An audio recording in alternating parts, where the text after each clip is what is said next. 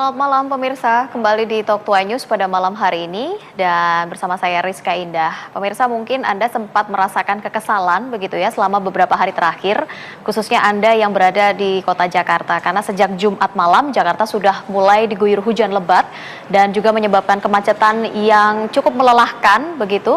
Bahkan Senin kemarin juga hujan lebat juga sempat mengguyur ibu kota Jakarta.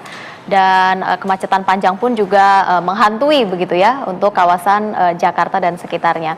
Dan hari ini kita mengetahui bahwa beberapa wilayah atau di kawasan Kampung Pulo, Jatinegara, Jakarta Timur pun juga terendam banjir begitu, terendam air. Ini pengaruh atau mungkin efek dari banjir yang turun begitu di wilayah Bogor, Jawa Barat, sehingga air terus mengalir begitu sampai ke Jakarta. Nah, malam hari ini kita akan mencoba untuk membahas terkait dengan banjir yang sudah masuk kembali begitu ke wilayah Jakarta. Kalau kita ambil judul pada malam hari ini, Jakarta banjir lagi. Pemerintah kota Jakarta pun juga sudah berupaya begitu dengan melakukan normalisasi kali, normalisasi sungai, dan juga sudah berupaya segala macam cara, namun memang belum membuahkan hasil untuk saat ini. Kita akan mengetahui apa saja yang sudah dilakukan oleh pihak Pemprov DKI Jakarta dan sejauh mana keberhasilan yang sudah dilakukan oleh pihak Pemprov DKI Jakarta. Namun sebelum kita akan membahas lebih lanjut pemirsa terkait dengan Jakarta banjir lagi, pada Talk Tuai News pada malam hari ini kami akan berikan beberapa informasi terlebih dahulu ke hadapan Anda terkait dengan ketinggian air di Bendungan Katulampa pada Senin malam di Bogor, Jawa Barat yang memang sempat mencapai siaga 4. Hingga petang tadi pemirsa, ketinggian air di Katulampa terpantau sudah normal, dan dari pantauan petugas Bendungan Katulampa sendiri ketinggian air berada di titik 40 hingga 50 cm. Penurunan debit air ini terjadi secara bertahap sejak Senin malam kemarin dan hingga mencapai pada status normal hingga saat ini. Namun warga Jakarta tetap dihimbau untuk selalu waspada karena hujan juga masih terus melanda wilayah Bogor, Jawa Barat.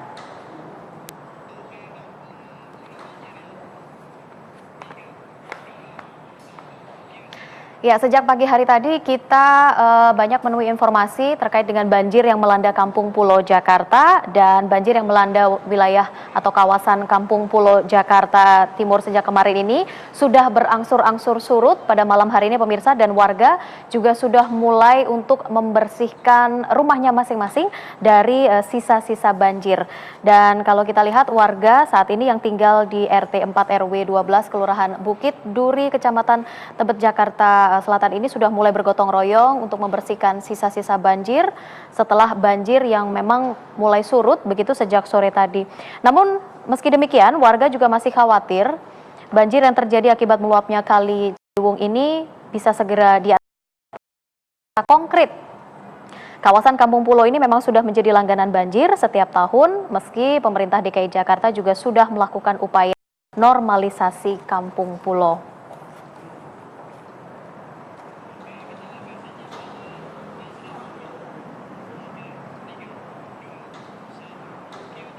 Dan selanjutnya pemirsa, kami akan mengajak Anda ke kawasan Kampung Pulo, Jakarta Timur. Sudah ada Rizky Fahmi di sana yang akan melaporkannya untuk Anda terkait dengan seperti apa aktivitas warga pada malam hari ini pasca surutnya air yang sempat menggenangi kawasan Kampung Pulo, Jakarta Timur. Rizky Fahmi. Ya pemirsa, saat ini saya tengah berada di Kelurahan Bukit Duri, Kecamatan Tebet, Jakarta Selatan, di mana pada Senin malam lalu di kelurahan ini terjadi banjir setinggi 2 meter, tepatnya di pemukiman semi permanen di bantaran Sungai Ciliwung di RT 4 RW 12 Kelurahan Bukit Duri, Kecamatan Tebet, Jakarta Selatan. Dan meskipun banjir sudah mencapai tinggi 2 meter, warga menolak untuk mengungsi dan memilih tetap menetap di rumah mereka.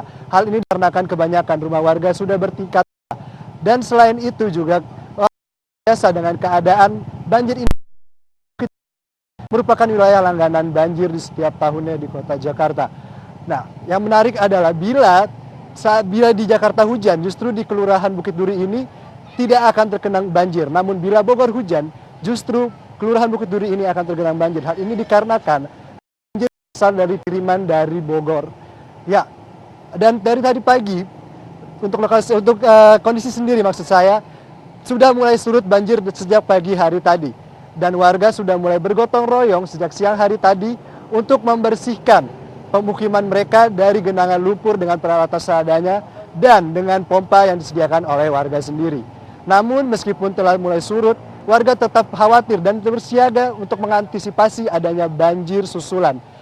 Terkait dengan kekhawatiran warga dan antisipasi warga sendiri, saat ini telah bersama saya Ketua RT setempat, Bapak Anas. Selamat malam, Pak. Selamat malam.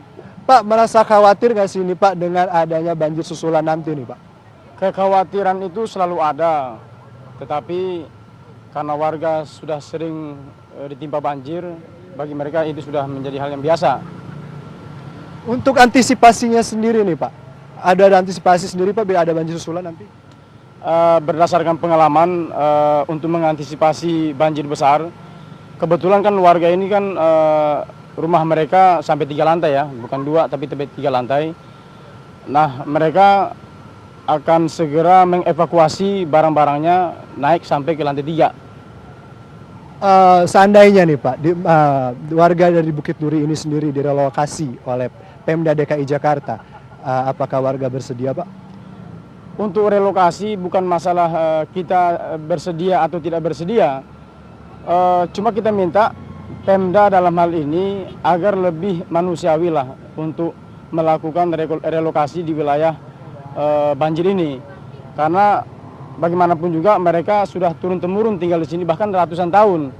Jadi mereka tidak bisa dipersalahkan. Kalau bicara tanah negara, semua tanah negara. Cuma kita minta ada sisi kemanusiaannya lah gitu. Jangan sampai mereka ketika relokasi, ba'da relokasi itu mereka terlantar gitu. Kita harus pikirkan juga aspek sosialnya, dampak sosial yang ditimbulkan di masyarakat itu sendiri. Untuk harapan sendiri nih, Pak, terhadap banjir ini sendiri, Pak? Harapan banjir apa? Ya, harapan akan adanya banjir dari buat pemerintah ini sendiri apa nih, Pak? Ya, harapannya agar segera bisa menyelesaikan ini kan pendalam kali itu pengurukan kali agar lebih dalam, ya kan? Mungkin sisi kali itu dirapikan dan sebagainya, biar tidak berdampak yang lebih fatal untuk warga pinggir kali. Baik, terima kasih banyak, Bapak.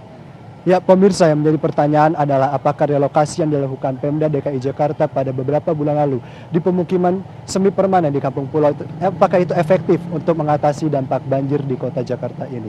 Dan sedikit ironis memang melihat di Kali Ciliwung sendiri masih banyak sampah yang mengenang. Hal ini menandakan bahwa kesadaran warga DKI Jakarta untuk membuang sampah pada tempatnya masih sangat rendah. Ya, kembali ke Anda, Rizka. Baik, Rizky Fahmi, pemirsa, langsung dari Bukit Duri, Tebet, Jakarta Selatan. Kami ralat di mana posisi Anda saat ini. Terima kasih, Fahmi. Selamat bertugas kembali. Salam kami untuk seluruh warga di Bukit Duri dan juga Kampung Pulau. Ya, pemirsa, banjir dan juga sampah kalau tadi kita lihat memang adalah dua hal yang tidak bisa terpisahkan, begitu ya. Kalau saya katakan banjir saat ini sudah mengintai wilayah ibu kota Jakarta. Lalu siapkah pemerintah menanggulangi bencana banjir ini? Karena kalau kita lihat infrastruktur hingga saat ini pun juga belum usai diperbaiki dan juga belum disiapkan secara maksimal.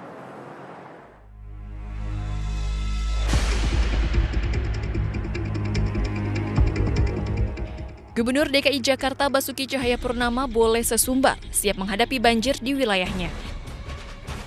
Namun infrastruktur di Jakarta belum sepenuhnya siap menghadapi banjir. Pasalnya, 150 pompa air yang tersebar di Jakarta, 60 unit diantaranya rusak. Contohnya di pompa air Folder Setiabudi, Jakarta Selatan. Pompa yang mampu menyedot air 300 meter kubik per detik ini rusak sejak lama. Demikian pula di Waduk Sunter, Jakarta Utara, pompa air ini rusak sehingga membuat warga sekitarnya cemas. Sebagai warga ya supaya dirapikan, dibenahin ini pintu air ini supaya rumah warga ini nggak kebanjiran, jalan-jalan juga. Danau juga nggak terlalu penuh jadinya gitu. Masalah lain yang menjadi ancaman banjir adalah menumpuknya sampah di beberapa kali di Jakarta. Seperti di Kali Sunter, Jakarta Utara, meskipun Dinas Kebersihan membersihkannya setiap hari, namun sampahnya tetap saja menumpuk. Oh, ini kegiatan ini setiap hari ada, Pak. Setiap hari. Sampah ini nggak ada habis-habisnya. Kalau kita bilang ya dari mana, kita juga bingung ya kan. Sampah ini memang dari pusat lah. Dari pasar-pasar itu kan. Pasar Impres, Kemayoran, sama Pasar Galur sana. BMKG sudah mengeluarkan peringatan bahwa bulan November musim hujan sudah dimulai dan biasanya musim hujan akan mencapai puncaknya pada awal tahun. Siapkah Jakarta menghadapi banjir? Tim Liputan MNC Media memberitakan.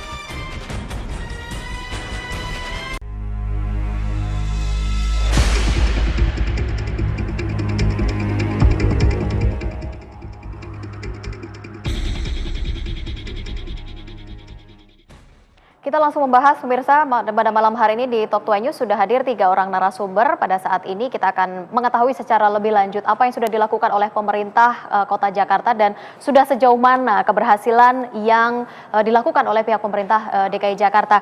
Saya sapa terlebih dahulu Pak Trijoko Sri Margianto. Selamat malam Pak. Kadis PU Tata Air DKI Jakarta.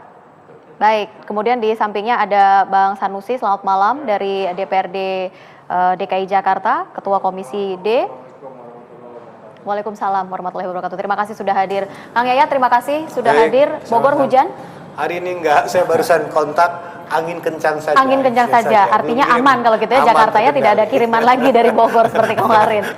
Oke, saya ke Pak Trijoko terlebih dahulu. Pak, apa sih sebenarnya yang sudah dilakukan oleh Pemprov DKI Jakarta? Karena tadi saya mengatakan sama pemirsa bahwa ini Jakarta banjir lagi. Hari Jumat, Sabtu, kemudian hari Senin kemarin juga kita dapat kiriman yang mau tidak mau harus kita terima begitu. Pertama saya mau perjelas dulu permasalahan banjir Jakarta itu ada 3 sumber. Satu akibat limpasan daripada sungai, yang air yang ada di sungai. Kedua adalah masalah drainase, di mana air hujan yang jatuh itu tidak cepat terdrain atau ke saluran-saluran. Dan ketiga adalah akibat pasang laut, rob. Gitu. Bisa terjadi satu kondisi, dua-duanya atau kombinasi ketiganya. Yang kemarin terjadi itu kondisi pertama.